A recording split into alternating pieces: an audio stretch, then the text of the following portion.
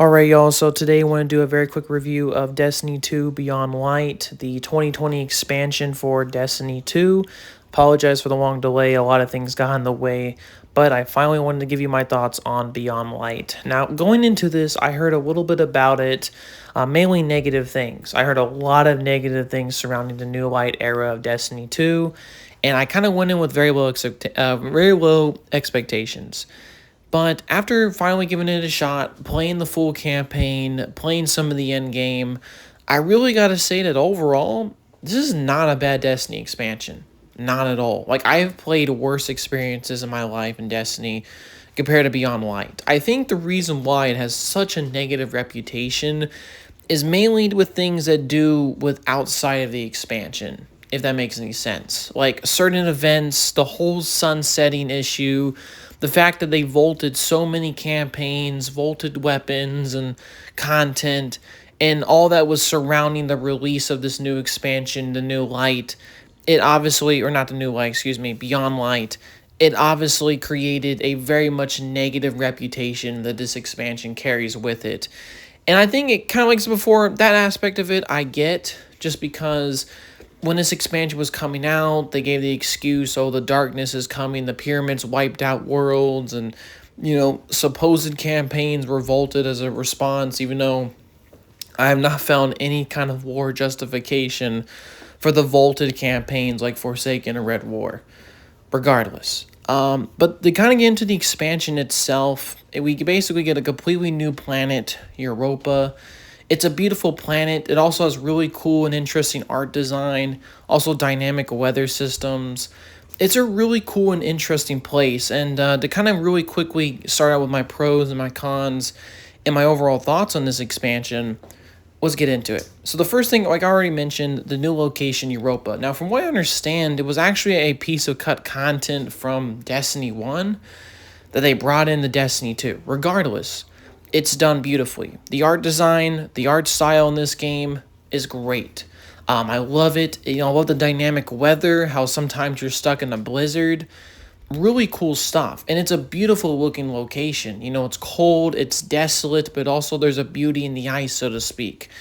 It's really cool. I think for the most part, I really like Europa. I think the only thing I can really complain about it is just a little bit of a gripe. Some of the passageways when you're using your Sparrow to travel around certain locations are really narrow. And sometimes I had myself many times in this location falling off certain like cliffs and stuff.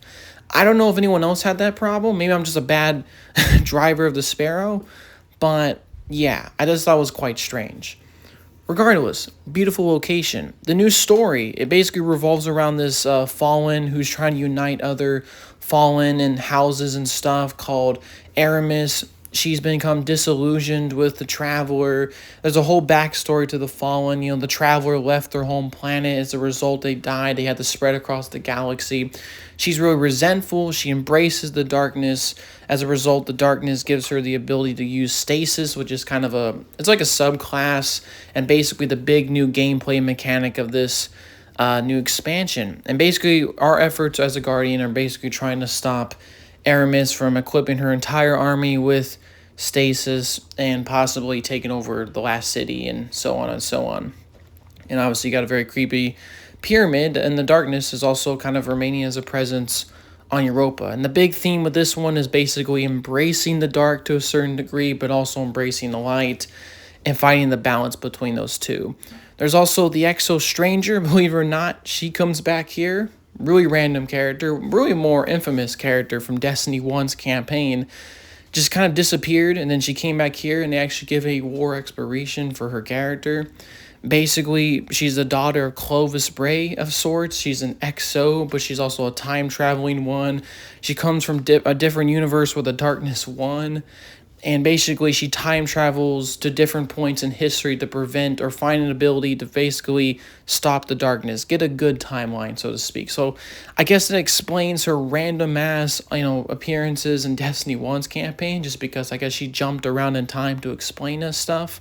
And I guess, throw us into the Black Garden. I don't know. Still doesn't really justify how bad the Destiny 1 campaign is, but, it's a pretty cool war exploration. So yeah, some of the strongest elements of the story, absolutely the Exo Stranger stuff. I thought it was really cool that she came back. She's gotten the focus here. We explore her character. We actually explain who the hell she is. That was really cool stuff. That was a really cool Destiny 1 thing that they tied up here. Is great. I also thought the story of Aramis and her struggle, it's not like necessarily like I guess I understand her point of view to a degree. It doesn't mean that I'm sympathizing or I like her point of view, but I thought the villain in this one was more interesting compared to other Destiny expansions, at least compared to Shadowkeep and stuff. I feel like the story overall is a bit better than Shadowkeep. It feels a little bit more interesting. I felt Aramis and her faction was a little bit more relatable than, let's just say, like I said, some of the other things that we found out in Shadowkeep. So yeah, I think the story is a little bit better. It's decent. I mean, it's not as good as expansions like Taken King and stuff, but I think overall it's pretty decent. It's pretty decent. It's a solid story with solid motivations. You completely understand why Aramis is doing what she's got to be doing, and you totally get the reasons for that. So that's all really cool and interesting stuff. And the new gameplay mechanics like Stasis are really cool. They give a very nice introduction to it, and I thought that the abilities, the frozen abilities, were really cool, and it really added something to the gameplay.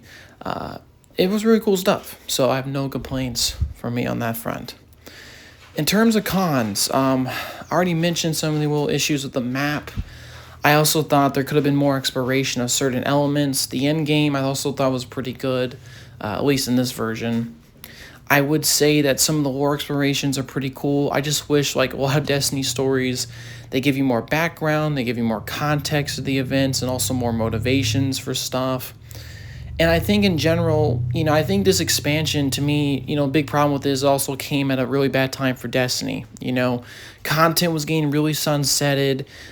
Things were getting taken away from the game. I mean, the game was getting gutted, and then they're propping up this new expansion. And, like I said, unfairly so, because I think the expansion itself is decent. I just wish that, the content that Bungie did at the end of it, was never sunsetted, right? I wish there was a way they could have kept the previous campaigns, especially the Red War, and, there just could have been ways to fix these problems. And it sucks because, like I said, Beyond Light's not too bad, but it just kind of gets lumped with this really bad time in Destiny 2's experience. So, yeah. But yeah, to kind of quickly wrap up this video, because I know I'm kind of dragging it out. Overall, pretty decent expansion, decent story. I have a lot of positive to say about it. Cons, some issues with the map design, some issues with the characters and deeper explorations and motivations of certain events, definitely on background and context issues. But overall, nothing too crazy. It's a pretty decent Destiny 2 expansion. I would say don't let the negative reputation of this really hurt your opinion or at least your attempt to play this, just because I feel like there are issues that happen outside of this expansion. It's sad because it comes alongside the history of this thing, but I would say obviously give it a fair chance and see if you like it. But yeah, my thoughts on Destiny 2 Beyond Light. Peace, y'all.